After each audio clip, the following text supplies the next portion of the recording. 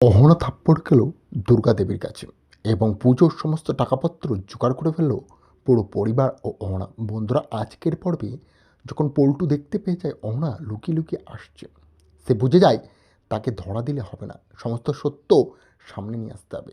সে সুদে টাকা তুলে এই সব কিছু পুজোর আয়োজন করছে, আর দুর্গাদেবী সেই কথার উপর দিয়ে নাচছে। তখন পল্টু বলে, আমার মাকে তুমি যেভাবে কষ্ট দিয়েছো দুর্গাদেবী, কালকে অনেক কথা শুনিয়েছো ছোট বড়, সব আমার মনে আছে। একটু একটু করে আমি প্রতিশোধ নেব, সুযোগটা আবার পেয়েছি। অহনা, তুই তাহলে টাকা নিয়ে এই বাড়িতে আসছিস? দাঁড়া, তোর ব্যবস্থা আমি করছি।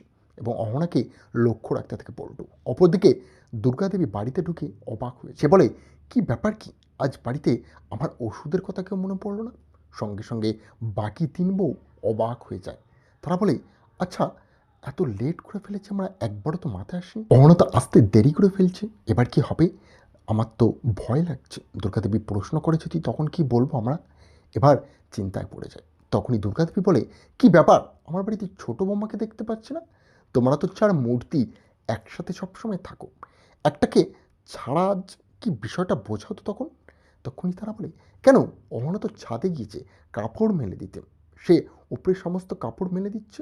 তারপরেই ঠাকুরজি ও তার সাথে কূটনৈতিক মহিলা চলে যায় একসাথে পাঠের বাড়ি একজনের, চলে যায় নিমন্ত্রণ করতে পুজোর জন্য। সেখানে গিয়ে পড়ে, আপনারা সব পরিবারে দুপুরবেলা গাবেন, গিয়ে আমাদের বাড়িতে খাবেন, আমরা ভোগের ব্যবস্থা করেছি।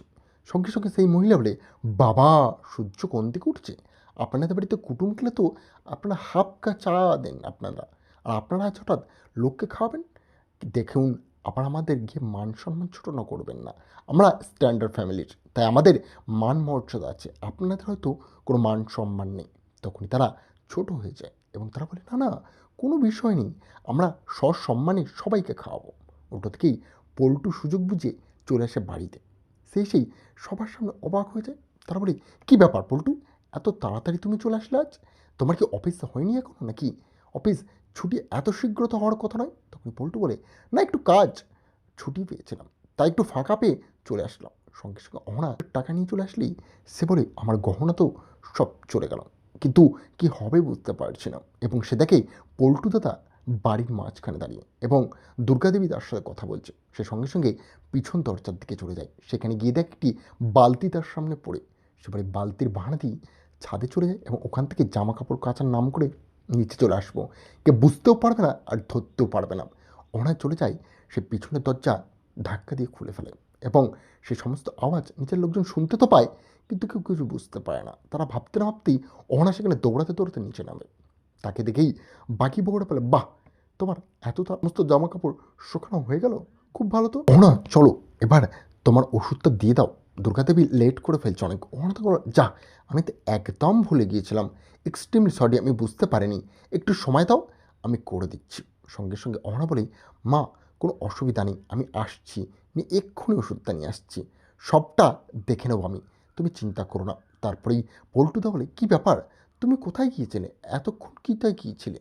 সঙ্গে সঙ্গে অহনা বলে, জামা কাপড় শোকাতে গেলেও আজকাল বলতে হয়। তারপরেই অহনা তাদের পার্টনারগুলোকে একসাথে নিয়ে গিয়ে ঘরের ভিতর বলে, এই নাও টাকা, পুরো 50,000 টাকা আছে। সঙ্গে সঙ্গে একজনে কেঁদে ফেলে। সে বলে, সত্যি তুমি সংসার পরিবারের জন্য যা করছো সেগুলো বলার মতো না। তখন অহনা বলি, পরিবারটি সবার একসাথে আমাদের লড়তে হবে, কি করবো বলো তো?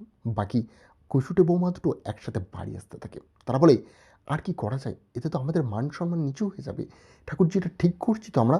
তখনই সে বলে, অবশ্যই, কেন ঠিক করবো না বলো তো? একটু এমন হয়, আর ওরা যেভাবে আমাদেরকে শুনিয়েছে তার বদলা আমরা নেব না, ছেড়ে দেবো নাকি? দেখি ওর বাড়ির বৌমারা কী করতে পারে, দেখবো ওদের কতটা ক্ষমতা। তারপরে অহনা সবার সাথে হাত মিলিয়ে নেয় এবং বলে, আমাদেরকে যেভাবেই হোক সাকসেসফুল হতেই হবে, তার জন্য আমাদের যত কষ্টটাই করতে হয় করব, সবাই একত্রিত থাকবো।